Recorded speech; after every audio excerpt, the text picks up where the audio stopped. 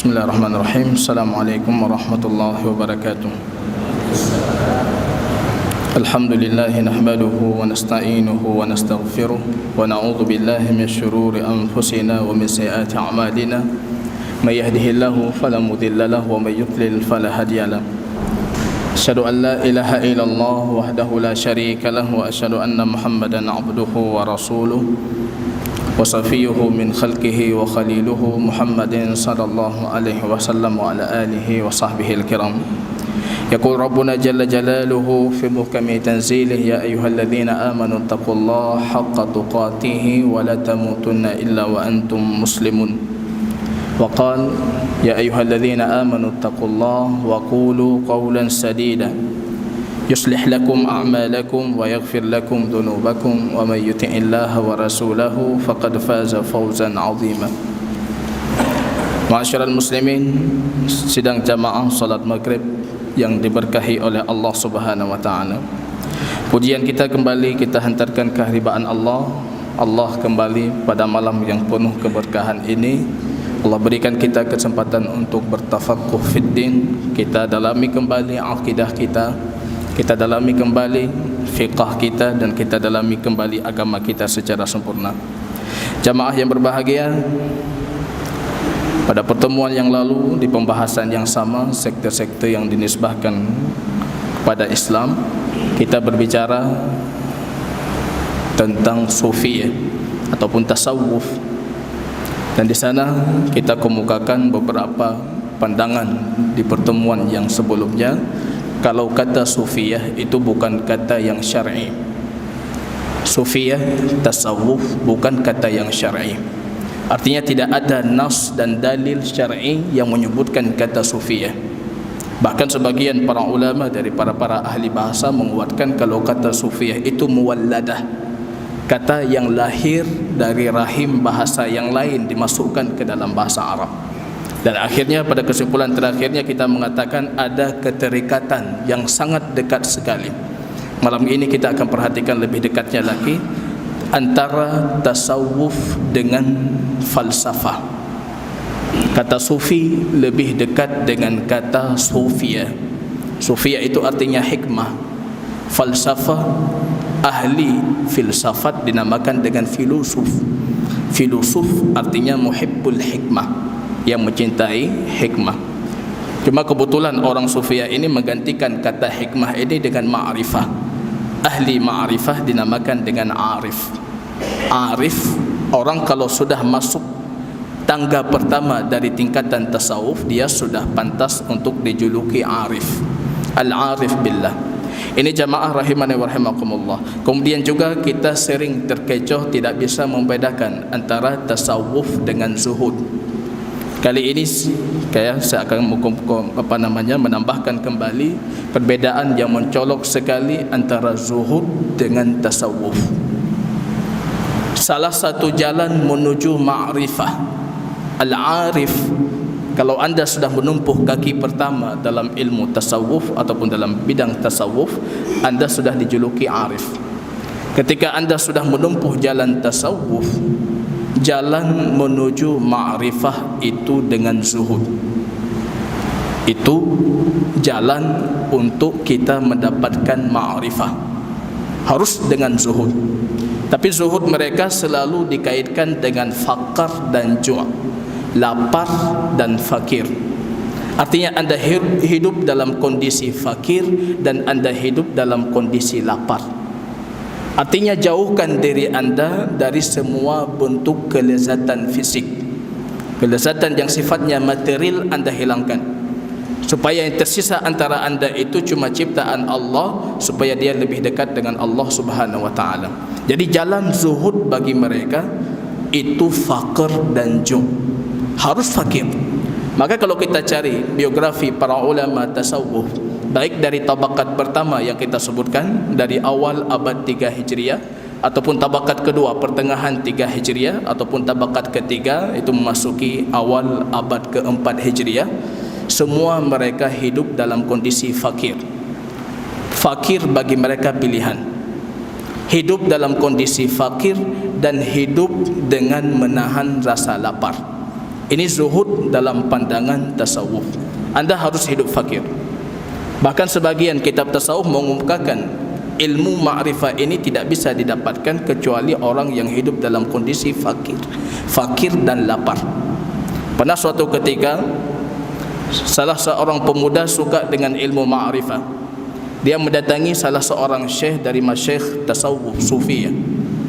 Kemudian syekh itu mengatakan, anda tidak layak untuk mendapatkan ilmu ini, tapi cari seorang afkarun nas fi hadzal bilad, orang yang paling fakir di negeri ini. Si pemuda itu berjalan mencari orang paling fakir, berhari-hari dia tidak mendapatkan. Akhirnya ketika dia melalui satu kali, dia dapatkan ada seorang kondisi sangat fakir. Bajunya sudah tercompang-camping, tersobek. Dengan dada yang terbuka, dia mencuci bajunya di dekat kali. Apa yang dia lakukan? Rupanya dia tidak punya kemampuan untuk membeli sabun. Dia menggunakan pasir, mencuci bajunya dengan pasir. Pemuda ini dengan senangnya lari ke gurunya, mengatakan, wahai guru, saya sudah mendapatkan orang paling fakir sekali. Bagaimana sifatnya? Disifatkan oleh si pemuda itu sifatnya. Guru ini langsung menangis. Siapa beliau? Jabir ibnul Hayyan, yang kita nisbahkan kepadanya ilmu aljabar, matematika. Hidup dengan kondisi fakir. Maka ini tidak bisa kita pisahkan. Rupanya ketika kita perhatikan dalam menggali hikmah dalam ilmu filsafat, anda pun harus zuhud. Bagaimana zuhudnya? Harus hidup dalam kondisi fakir dan harus hidup dalam kondisi lapar. Filsafat sama dengan sufiyah, cara mencari ma'rifah menurut sufiyah dan cara mencari hikmah menurut filsafat. Maka kita tahu Jabir ibn Hayyan, beliau orang nomor 2 yang dijuluki sufi setelah Abu Hashim as-Sufi. Orang nomor 2 dijuluki sufi. Dua-duanya ahli kalam, ahli filsafat. Jabir ibn Hayyan, orang yang disebutkan hidupnya dengan ilmu kimia. Kita kenal di ilmu kimia teori-teori beliau, dan kita kenal ilmu aljabar, matematika. Imam Syafi'i mengatakan, faman talabal mal aw talabad dunya bil kimia faqad aflasa. Siapa yang mencari dunia, kata Imam Syafi'i, dengan ilmu kimia, mencari harta dengan ilmu kimia, maka dia sudah merugi, pasti hidupnya akan fakir. Dan terbukti seperti yang beliau katakan, awal-awal dulu penggiat ilmu kimia, ini ceritanya zaman dulu, bukan cuma sebatas kimia murni, kimia dengan filsafat. Mereka hidup dalam kondisi fakir dan kelaparan. Jadi jalan kita menuju ma'rifah itu, anda harus fakir, anda harus lapar. Kita perhatikan, kita balik sekarang konsep syar'inya. Lapar dan fakir, ibadah atau bukan? Siapa jamaah yang tahu jawabannya? Kira-kira lapar itu ibadah atau bukan? Saya mau lapar, kemudian saya niatkan ini karena Allah, dapat pahala enggak? Lapar. Bukan puasa, bukan puasa. Puasa ibadah, ada bentuknya, ada sahurnya, ada bukanya, ada waktunya. Ini menahan lapar. Jangan kita jadikan dalil baginda Rasul sallallahu alaihi wasallam pernah melilit perutnya saking laparnya dengan batu. Itu kondisi yang dituntut dari kita, kesabaran. Itu bukan sunnah yang harus kita ikuti. Tidak ada sunnah lapar dapat pahala, itu tidak ada. Siapa madhabnya, siapa ulamanya? Tidak ada seorang pun ulama yang mengatakan lapar itu ibadah. Lapar tercela. Lapar itu hukuman. Kalau kita buka Al-Quran kembali, lapar itu hukuman untuk orang-orang kafir. Perhatikan Allah ketika bercerita tentang penduduk Mekah. Wa daraballahu mathalan, Allah kasih satu contoh. Qaryatan aminatan mutmainnah, satu kampung yang aminah, aman, mutmainnah, tentram, damai masyarakatnya. Ta'tiha rizqullah, mereka datang rezeki Allah kepada mereka, ragadan, dalam kondisi berlimpah ruah. Niku negara aman, makmur, damai, rezeki datang dari segala, min kulli makan, dari semua tempat datang rezeki secara berlimpah ruah. Fakafarat bi an'umillah, kemudian mereka kafir, mengingkari nikmat Allah. Fa'adzaqaha Allah libasal ju', maka Allah atas kekufuran mereka menimpakan kepada mereka pakaian kelaparan. Artinya menimpakan kelaparan, hukuman. Lapar itu hukuman, jangan dijadikan ibadah. Rasul pernah lapar, sahabat pernah lapar, Abu Hurairah pernah lapar. Itu kondisi yang dituntut kesabaran, bukan sunnah. Fakir bahaya. Jamaah, kalau fakir, baginda Rasul mengatakan itu lebih dekat kepada kekufuran. Doa yang sering kali dipanjatkan oleh Rasul, Allahumma inni a'udzubika minal faqr. Ya Allah, aku minta perlindungan dari kefakiran. Minta perlindungan dari kefakiran. Wa innahu labi'sa, sesungguhnya kefakiran itu seburuk-buruknya dhaji', seburuk-buruknya kondisi. Wa a'udzubika minal khiyanah wa innaha labi'sal bitanah, dan juga aku minta perlindungan dari khianat.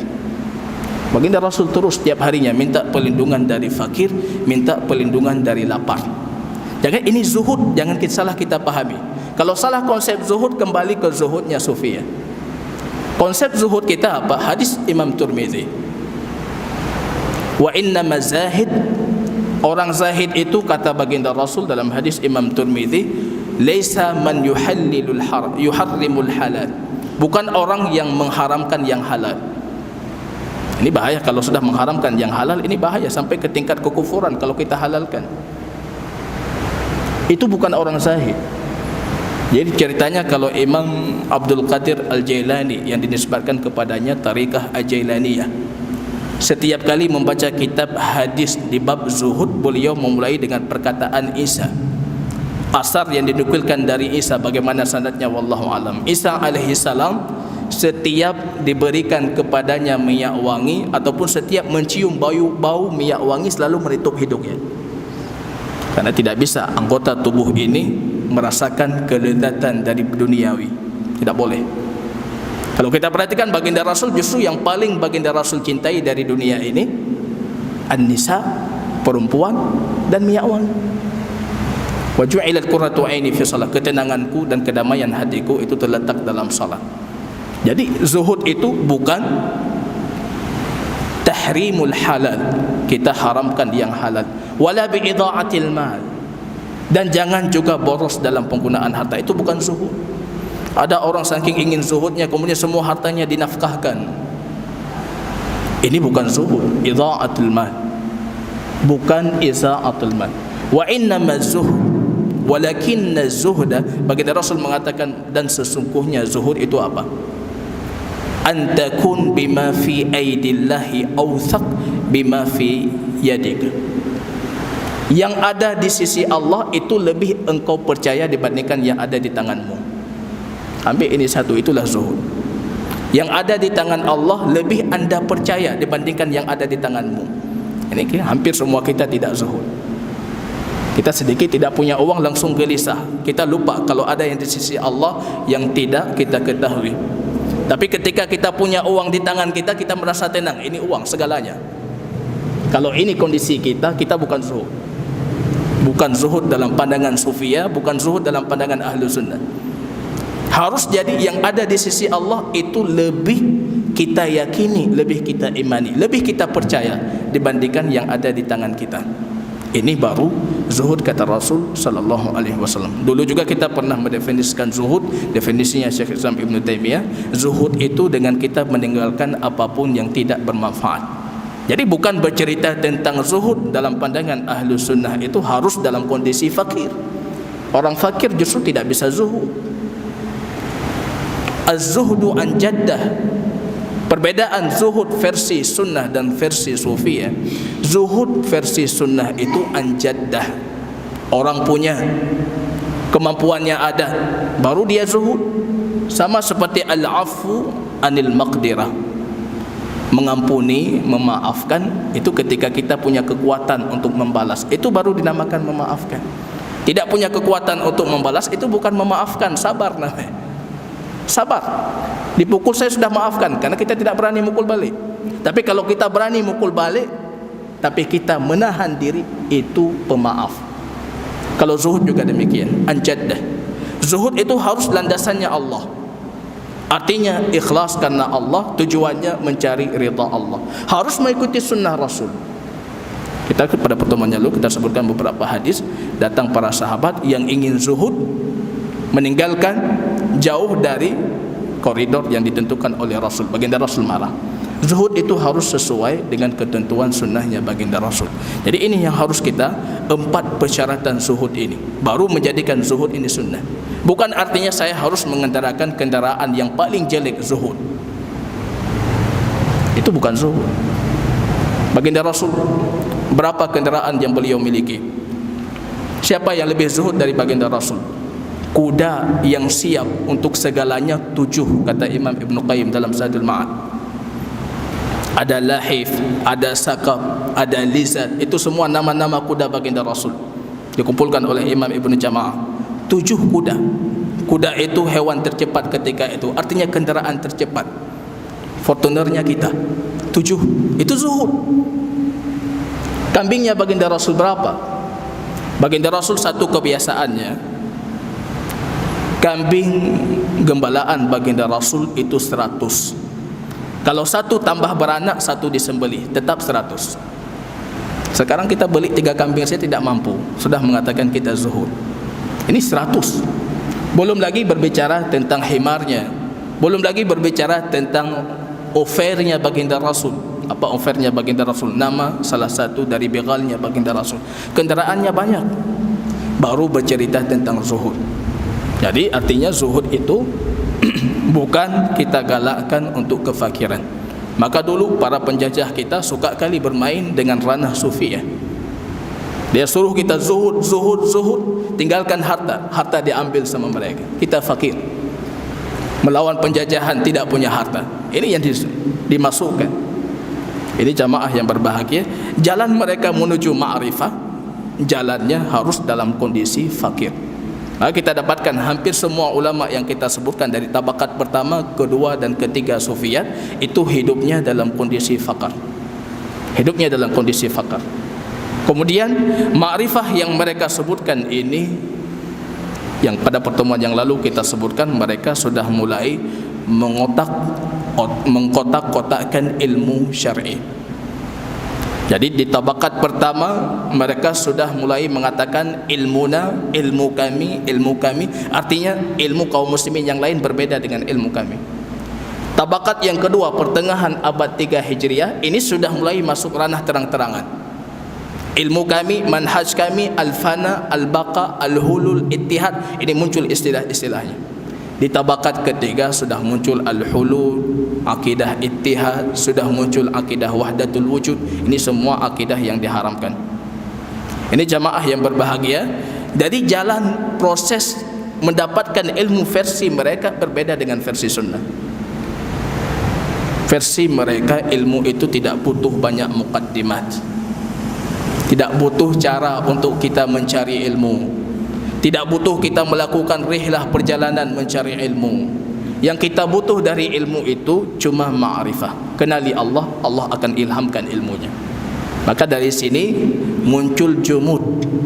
Ini yang sangat mempengaruhi kemunculan jumud, kebukuan ilmu syar'i di abad ke-6 Hijriah. Kita tahu di abad ke-6 Hijriah para ulama tidak lahir. Sedikit para ulama, karangan-karangannya sedikit, fikih-fikihnya tidak berkembang lagi. Orang-orang sudah mengatakan jangan, tidak boleh kita berijtihad, harus taklid, harus taklid. Ini efek dari ini. Jangan tuntut ilmu. Ilmu itu bisa anda dapatkan walaupun anda tidak menuntut. Yang penting anda sudah mendapatkan ma'rifah Allah. Ini muncul. Maka di sini jamaah malam ini kita berbicara tentang masadir talaqi sufiyah. Bagaimana cara mereka mendapatkan ilmu? Kalau versi kita, dari kecil kita hafal Quran, kemudian hafal sunnah baginda Rasul, belajar bahasa Arab 2 tahun, pergi ke Timur Tengah 4 tahun, 8 tahun, pulang pun belum jadi ulama. Masih dipertanyakan standar ulamanya. Ada yang nuntut ilmu seumur hidup belum jadi ulama. Tapi ini versi lain dari cara menuntut ilmu. Anda cukup mendapatkan membersihkan hati anda, sucikan hati anda, sehingga tidak ada batas antara ilmu yang azali, yang kepunyaan Allah, dengan hati anda. Nanti dia datang sendiri. Maka di sini siapa sosok yang dimunculkan? Kira-kira siapa? Khidir alaihissalam. Maka tidak ada pernah cerita sufi itu jauh dari Khidir. Khidir. Abu Yazid Al-Bustami, ini Syekh Bustami, dalam kitabnya berulang kali mengatakan saya bertemu Khidir, bertemu Khidir, bertemu Khidir. Saya bertemu dengan Daud alaihi salam, saya bertemu Ilyas, saya bertemu Khidir. Al-Hajjaj juga mengatakan demikian, saya bertemu Khidir, bertemu Khidir. Khidir selalu dimunculkan. Kenapa harus Khidir? Kalau kita perhatikan, kita kembali ke surah Al-Kahfi.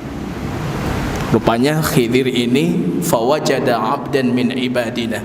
Musa dan pembantunya bertemu dengan 'abdan min ibadina, salah satu hamba dari hamba kami.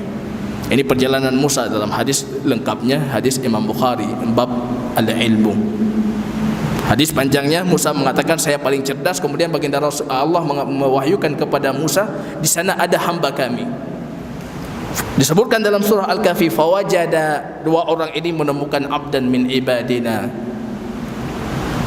atainahu rahmatan min indina wa 'allamnahu min ladunna ilma. Yang sudah kami berikan rahmat dari sisi kami. Hamba ini sudah kami berikan rahmat dari sisi kami. Wa 'allamnahu min ladunna ilma, dan kami ajarkan dari sisi kami ilmu. Jadi sosok dinampakkan pertama Khidir. Bagaimana cara kita nampakkan Khidir? Yang pertama, mereka akan mengatakan Khidir hidup dan belum mati. Ini penting sekali untuk mendukung akidah selanjutnya. Maka jangan heran ketika mereka ngotot mengatakan kami punya dalil, membantah semua dalil kalau Khidir dan semua makhluk Allah itu pasti mati. Khidir masih hidup. Khidir masih berjalan di pantai-pantai. Khidir penjaga pantai. Khidir masih hidup. Ini urgen sekali dalam akidahnya. Khidir masih hidup. Khidir bukan nabi, tapi dia wali. Ini penting. Jadi mereka semua dalil mereka kuatkan. Kalau ada dalil yang mengatakan Khidir itu nabi, langsung dibantah. Tidak bisa Khidir nabi. Khidir harus jadi wali. Karena ini harus mendukung kaidah dan akidah selanjutnya. Kenapa harus Khidir? Min ladunna ilma. Karena ilmu yang tanpa proses itu ilmu laduni. Ilmu dari sisi kami, al-azali, itu kepunyaan Allah. Itu ilmu laduni. Ilmu tanpa proses, tidak perlu muqaddimat, tidak perlu anda menuntut sehingga anda dapatkan. Jadi min ladunna ilma, kita harus punya satu sosok. Siapa sosok harus kita munculkan tentang ilmu laduni? Tentunya Khidir. Kemudian kita harus mengatakan Khidir ini wali. Kalau nabi selesai masalahnya. Artinya ini khusus untuk nabi. Kita tidak bisa dapat ilmu laduni, maka Khidir itu harus jadi wali. Khidir wali. Artinya apa? Pada pertemuan yang lalu kita mengatakan, dalam pandangan Sufiyah, wali itu kadangkala lebih utama dibandingkan nabi. Wali lebih unggul dibandingkan nabi. Kalau nabi ngambil ilmunya harus biwasitah dengan perantara Jibril alaihissalam, tapi wali langsung dari Allah tanpa perantara. Maka selalu mereka mengatakan, termasuk Imam Abu Yazid Al-Bustami selalu mengatakan haddatsani qalbi an rabbi. Hatiku mengatakan dari Tuhanku. Artinya langsung ilmunya tanpa perlu sanad. Abu Yazid Bustami juga pernah mengancam untuk mereka para ahli hadis. Antum ta'khuduna ilmakum maitan an mayyit. Kalian ambil ilmu kalian dari mayit, dari mayit. Artinya Imam Bukhari sudah wafat, sebelumnya syekhnya sudah wafat. Mayit. Wa na'khudhu ilmuna minal hayy alladhi la yamut. Tapi kami mengambil ilmu kami dari zat yang tidak pernah mati. Jadi pernah suatu ketika Abu Yazid Bustami ditanyakan, kenapa kita tidak menghadiri majlisnya Abdul Razak As-San'ani, Imam Abdul Razak As-San'ani. Dulu tempat tinggal saya memang dekat dengan kuburannya Imam Abdul Razak, pengarang kitab Musannaf Abdul Razak, gurunya para a'immatul hadis. Ditanyakan kepada beliau, kenapa kita tidak menghadiri majlisnya Abdul Razak As-San'ani? Wa ma nasma' min Abdul Razak man yasma' min khallaiqul khallaq. Dari Abdul Razak, kalau kita langsung mendengar dari penciptanya Abdul Razak dan penciptanya makhluk, kita langsung ambil ilmu dari penciptanya, tidak butuh lagi Abdul Razak, tidak butuh lagi para a'immah. Maka di sini diciptakan sosok ilmu laduni. Ini penting karena ilmu yang tanpa perantara itu harus hadir. Ini karakteristiknya sufi ya.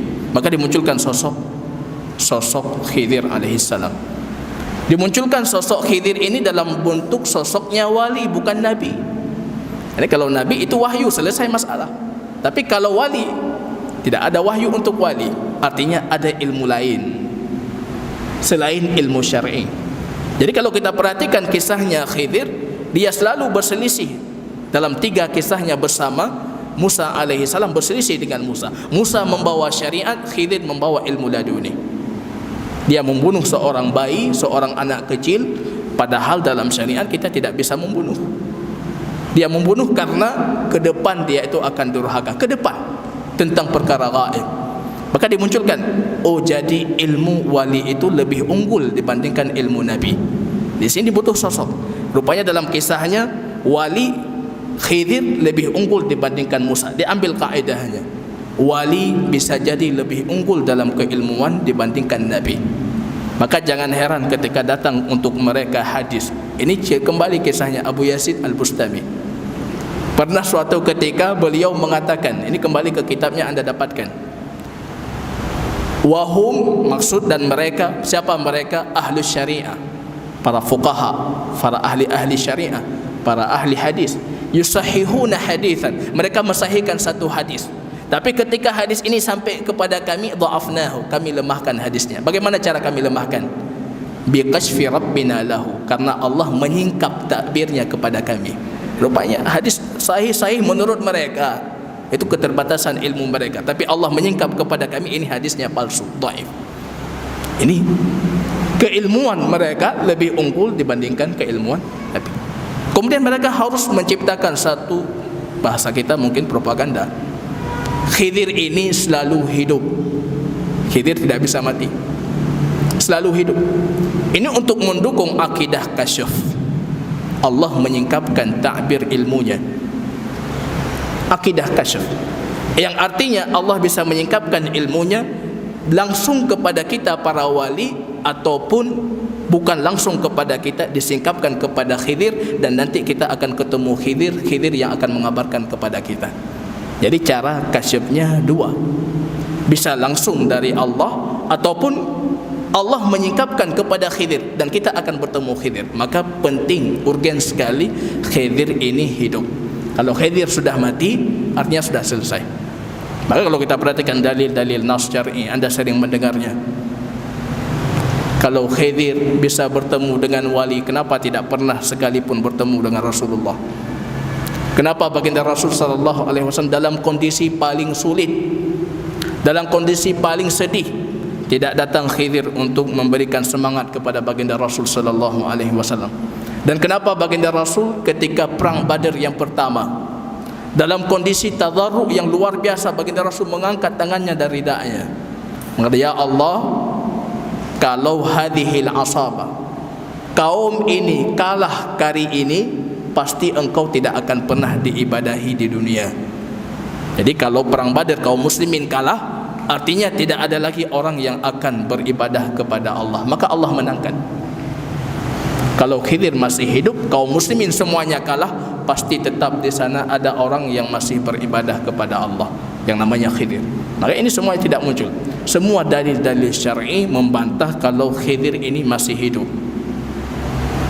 Bagaimana bisa Khidir masih hidup? Wa kullu nafsin dha'iqatul maut, dan setiap jiwa itu pasti akan merasakan matinya. Kemudian dimunculkan Khidir itu harus jadi wali, bukan nabi. Harus jadi wali, sebabnya kita sebutkan tadi. Nah, kalau kita perhatikan ayat yang kita bacakan, fawajada 'abdan min ibadina atainahu rahmatan. Ketika berbicara tentang rahmat untuk para nabi, itu rahmatnya rahmat khusus, bukan rahmat umum. Allah memberikan rahmat untuk kita semua, dan terus Allah berikan insyaallah. Tapi rahmat yang diberikan untuk para nabi itu rahmat nubuwah, rahmat kenabian.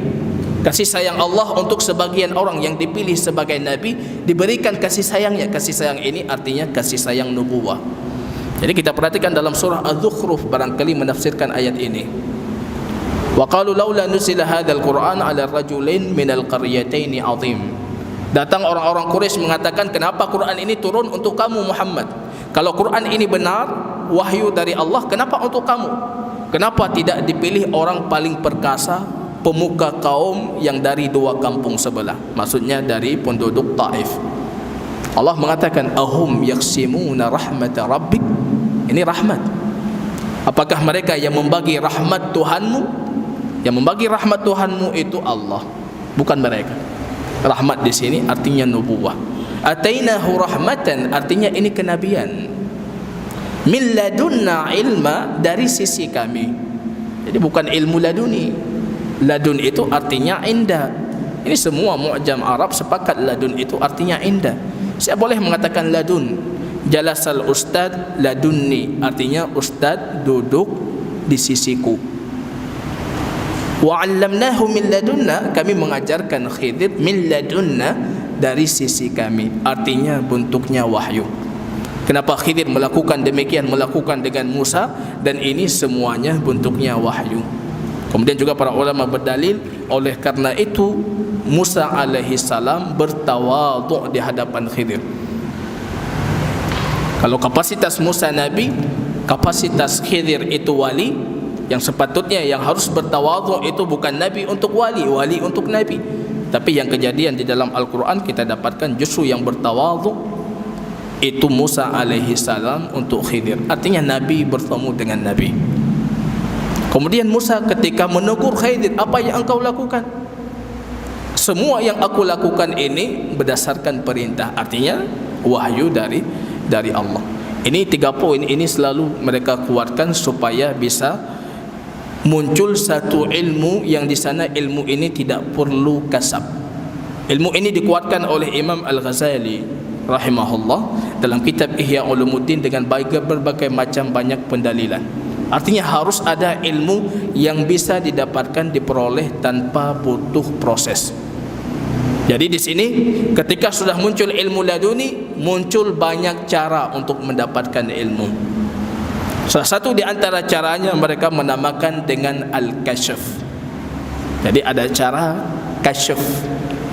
Kasyafa yakshifu itu artinya disingkap. Artinya apa? Allah menyingkap keilmuannya yang azali untuk sebagian hambanya, disingkap. Baik disingkap dalam kondisi langsung mereka meyakininya, ataupun disingkap dalam kondisi tidak langsung. Disingkap dalam kondisi kita tidur ataupun dalam kondisi kita terbangun. Jadi jangan heran kalau ada di antara mereka mengatakan, saya melihat baginda Rasul dan baginda Rasul mensabdakan. Ini biasa. Ini bentuk daripada salah satu contoh kasyaf. Ketika mereka sedang belajar, hendaknya kemudian kalian duduk dalam kondisi sakinah yang tenang karena baginda Rasul sedang berbicara denganku. Ini biasa. Ini akidah yang mereka yakini. Bentuk kasyaf. Bisa jadi melalui baginda Rasul ataupun langsung melalui Allah Subhanahu wa taala. Jadi ini sesuatu yang biasa sekali. Jadi jangan kita herankan ketika Abu Yazid Al-Bustami di awal kitabnya, di mukaddimah kitabnya, langsung beliau mengatakan, aku bertemu baginda Rasul. Kitab ini aku nampakkan kepada baginda Rasul, ditasih oleh baginda Rasul. Oh, semuanya sudah benar. Baginda Rasul mengatakan, intafi' bihil muslimin. Sebarkan kitab ini, semua kaum muslimin akan mengambil manfaat darinya. Artinya semua kitab beliau itu wahyu. Jangan heran kita dapatkan dalam kitabnya, rupanya pernah suatu ketika Abu Yazid Al-Bustami itu dimi'rajkan oleh Allah. Dimi'raj sampai pertama ke falaki sufla. Falaki sufla, langit tingkatan paling bawah, nampak dunia, nampak semuanya. Ini disebutkan oleh beliau. Kembali ke kitabnya, ini bukan perkataan saya. Dimi'rajkan ke falakil mulia, saya perhatikan dunia dan semua kemewahannya. Kemudian dinaikkan satu tingkat lagi, falakil ulia, itu nampak arsh Allah, nampak mizan, nampak lauh mahfuz, nampak di situ syurga dan neraka. Kemudian yuqarribuni ila indihi, kemudian Allah mendekatkan aku ke sisinya, dekat dengan Allah. Apa yang Allah katakan? Salni syai'an ahabulaka ma tas'al. Minta kepadaku wahai Abu Yazid, aku berikan apa yang kau minta. Jadi Abu Yazid geleng-geleng kepala. Apa kata Abu Yazid? Tidak ada satupun dari yang aku lihat yang menyenangkan hatiku. Sudah melihat syurga, sudah melihat segalanya, tapi tidak ada yang mewah. Saya tidak butuh apa-apa. Nah, ini zuhud tingkat lain lagi ini. Syurga pun kita zuhud. Kalau zuhud dari syurga bahaya. Jadi tidak ada satupun dari yang apa yang aku perhatikan yang ini menjadikan aku bergairah, yang aku sukai. Sudah nampak semuanya, tapi beliau tetap bersikukuh untuk tidak meminta apa-apa dari Allah Subhanahu wa taala. Kemudian cara yang kedua, selepas al-kasyf ada yang dinamakan dengan al-ilham. Ilhamat. Bentuknya ilham. Sebenarnya bentuk ilham ini kita juga meyakini sebagian karamah Allah berikan untuk orang-orang yang Allah cintai. Tapi prosedurnya terbatas. Karamah itu tidak pernah bisa kita tampilkan. Jadi perbedaan karamah dengan mukjizah. Kalau mukjizah ditantang kita bisa tampilkan karena ini mukjizah. Tapi kalau karamah ditantang kita tidak bisa memastikan bisa kita tampilkan karena itu bentuknya karamah. Kadang-kala kita tidak tahu seperti karamahnya Umar ibn Khattab radhiyallahu taala anhu. Ada berbagai macam karamah diberikan untuk Umar, diberikan untuk Abu Bakar, diberikan untuk Muslim al-Yamani dan sebagian sahabat baginda Rasul diberikan karamah. Kita mengimani karamah. Tapi mereka mengatakan ilhamat. Bahkan kadangkala ilham yang terbesit di hati mereka itu lebih diutamakan dibandingkan syariat. Kalau datang di sini ilham untuk mengingkari satu ayat, mengingkari hadis, ini tetap ilhamnya yang harus kita utamakan, ilhamat. Ilham tidak mesti harus dari Allah. Bisa jadi ilham dari malaikat, bisa jadi dari nabi, bisa jadi dari ulama masyayikh mereka yang sudah wafat, yang dulu orang-orang saleh, bahkan bisa jadi dari jin yang saleh. Jadi jangan heran kalau kita dapatkan di bukunya Abu Yazid Al-Bustami, beliau mengikrarkan kalau iblis itu termasuk gurunya. Gurunya dalam kebaikan, bukan dalam keburukan. Beliau mengatakan suatu ketika bertemu dengan iblis dan Fir'aun. Wallah ta'ala alam bagaimana proses bertemunya. Ruh dalam kondisi mimpi ataupun dalam kondisi nyata. Kemudian apa yang disebutkan oleh Fir'aun? Fir'aun mengatakan kalau dulu aku imani apa yang dikatakan oleh Musa, maka aku tidak tersesat. Kemudian iblis mengatakan kalau dulu ketika aku diperintahkan sujud, aku mau sujud maka aku tidak tersesat. Artinya ini semua proses takdir Allah. Allah sudah menetapkan maka pasti akan terjadi. Maka kemudian Syekh Abu Yazid ini mengatakan kalau aku, ini namanya futuh. Futuwat itu bisa kita artikan sesat ataupun kita katakan menyeleweng dari jalan ataupun jalan yang sudah ditentukan. Kemudian mereka mengatakan, Abu Yazid mengatakan, Fir'aun mengatakan, walaupun aku tahu aku tersesat, tapi aku tetap konsisten istiqamah terhadap kesesatanku. Maka beliau mengatakan, ini dikomentari, perhatikan dalam kitab Ihya Ulumuddin karya Imam Abu Hamid Al-Ghazali. Abu Hamid Al-Ghazali termasuk ulama yang luar biasa keilmuannya. Kita tidak pernah memungkiri satu ulama sufiyat yang paling kita kenal, orang yang paling mencari kebenaran. Jadi kalau beliau salah, ini proses mencari kebenaran. Banyak juga orang-orang yang terjerumus ke dalam perkara yang tidak benar, bukan karena dia menginginkan ketidakbenaran, tapi proses dia mencari jalan kebenaran. Termasuk salah satunya Abu Hamid Al-Ghazali, Imam Al-Ghazali, pengarang kitab fenomenal sekali Ihya Ulumuddin. Kalau bukan banyak cerita-cerita mimpi, kitab ini bisa kita katakan kitab terbaik dalam tazkiyatun nufus. Tapi terlalu banyak kisah dan cerita mimpinya. Bahkan beliau di situ menguatkan, mengatakan sepatutnya Abu Yazid Al-Bustami menjadikan iblis dan Fir'aun itu gurunya. Artinya konsisten dalam berdakwah. Kalau mereka konsisten dengan dakwah mereka, anda juga harus konsisten. Ini belajar dari iblis, belajar dari mereka, tapi belajarnya yang baik, bukan belajar yang buruk. Ini bentuknya ilhamat. Ada bentuknya hawatif. Ini seringkali disebutkan dalam kisah-kisah mereka, hawatif. Kalau hatif itu bahasa modernnya kita sekarang mungkin handphone. Jadi panggilan yang datang, panggilan yang halus, tersembunyi, datang mengabarkan sesuatu untuk para wali-wali sufi. Maka seringkali ketika mereka berjalan rupanya ada panggilan. Panggilan itu khusus untuk mereka, orang lain tidak bisa mendengar. Itu namanya hatif.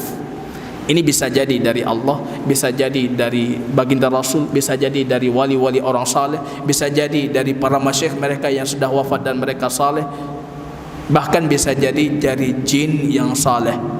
Jadi ini hatif, dipanggil untuk dilakukan sesuatu, lakukan ini, lakukan itu. Maka muncul berbagai macam aurat, zikir-zikir dan wirid-wirid.